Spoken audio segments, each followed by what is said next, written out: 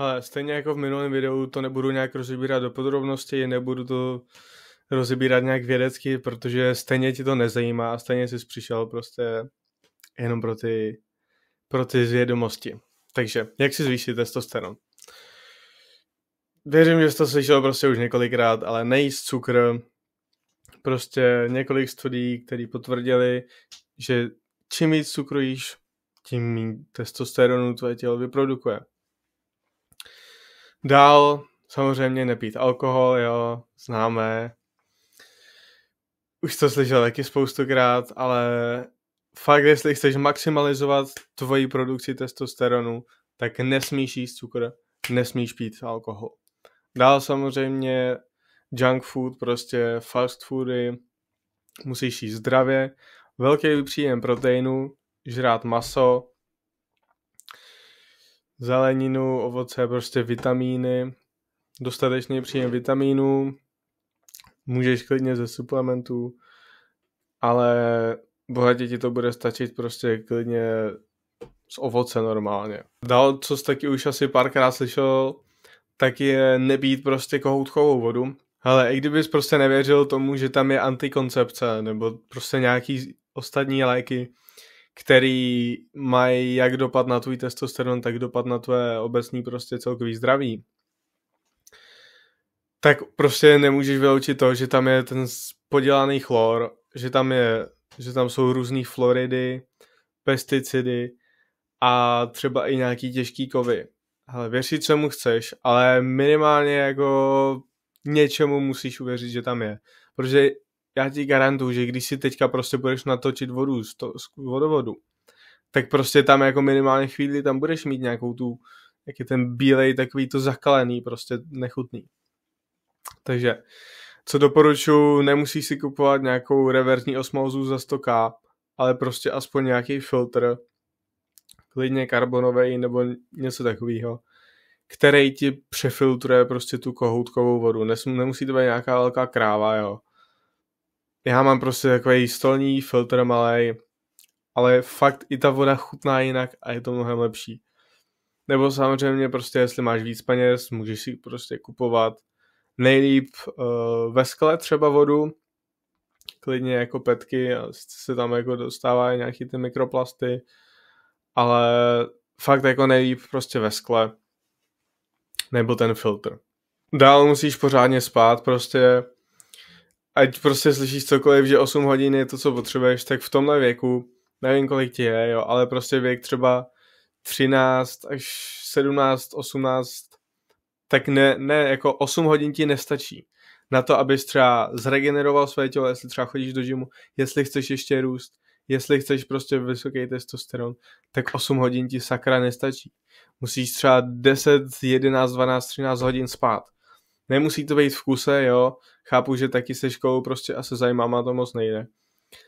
Ale jestli fakt prostě chceš třeba růst nebo vysoký testosteron, vysokou tvorbu svalové hmoty, tak 8 hodin ti nestačí. Jako můžeš si říkat, co chceš, jako Bůh ví, co chceš fakt, že hele, já vydržím na 8 hodinách, já vydržím i na 6 a na 5 hodinách, jako já jsem úplně v pohodě.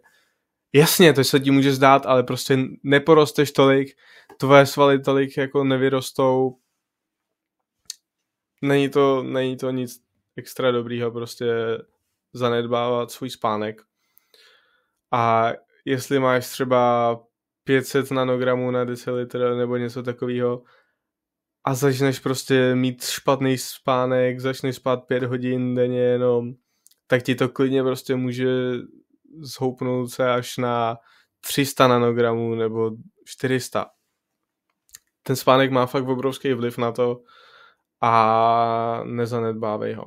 Dál takový fun fact, nedávno jsem se to dozvěděl, nikdy jsem o tom neslyšel někoho mluvit, ale slyšel jsem, že to může zvýšit testosteron fakt o dost, jako o 30, 40, 50%. A hele, jestli máš doma kočku, tak ses už nejspíš nakazil nebo nakazíš nemocí, která se jmenuje kokcídie kočičí, nebo taky se jí říká toxoplazma.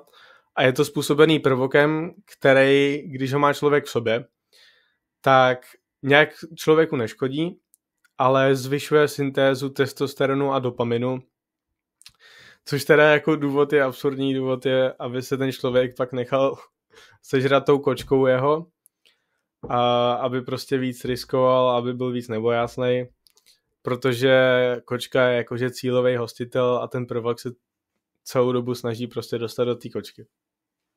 Takže jenom taková blbost, ale jsou na to fakt studie a je tím nakažený až jako 1/3 celé České republiky, což je celkem dost, ale tak jako ten testosteron, ty jako... Dále, jak zvýšit testosteron, je prostě, že si snížíš hladinu kortizolu, což je hormon zodpovědný za stres v podstatě.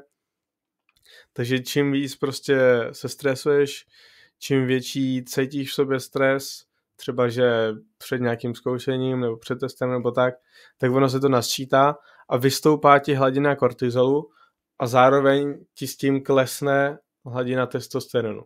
Takže samozřejmě můžeš brát nějaký jako supplement, třeba jako ashwagandu nebo něco takového, co ti prostě sníží hladinu kortizolu a obecně ti to dodá jako lepší náladu. Neříkám, že máš začít brát antidepresiva nebo něco takového.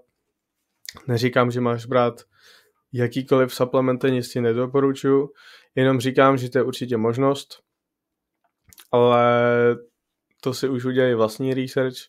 Já mluvím jenom ze zvláštních zkušeností, že třeba mě konkrétně ta ashwagandha pomohla.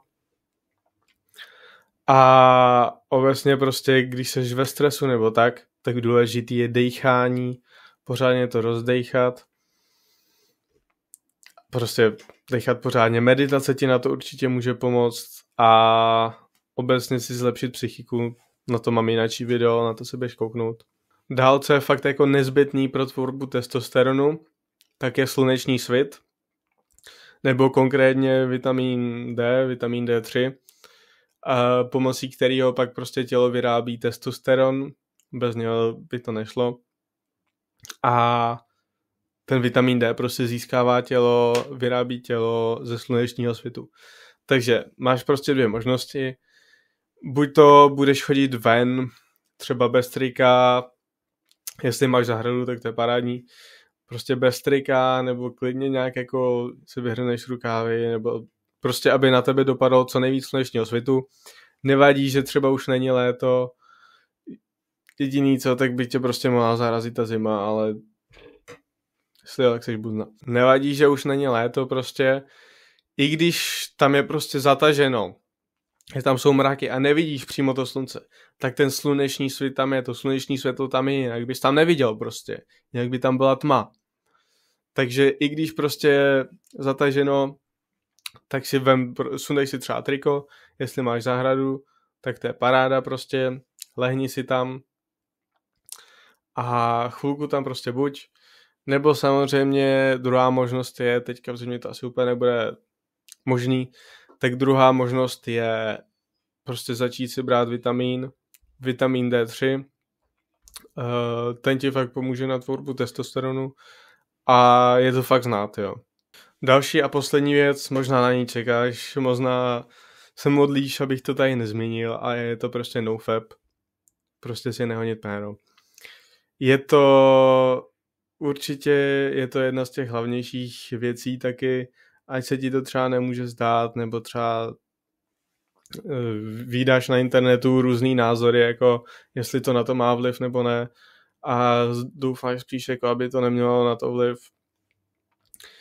tak prostě koukni se na sebe sám, běž se podívat na mé video o příznacích nízkého testosteronu a zkus si schválně říct, jestli se v tom vidíš nebo ne. Jestli prostě honíš si péro pořád, nebo každý den 2krát, nebo tak ti garantuju, že se aspoň jako v několika věcích tam zhlídneš. A měl by si s tím něco začít dělat. Natočím na to další video, na ten nofap. A konkrétně i prostě typy, co fakt fungují. Není to žádný, že Prostě, no a musíš si tam nějaký blokovač porna, nebo musíš prostě si říkat nějaký žádný takový píčoviny, prostě fakt věci, co ti actually pomůžou. A podívej se na to sám, prostě když si honíš péro prostě fakt často, tak pak se před holkama cítíš špatně, nejseš sebevědomý, jsi pořád ospalej. Přesně příznaky nízkého testosteronu. Má to fakt na to obrovský vliv, i když prostě to popíráš nebo to. Fakt to má obrovský vliv.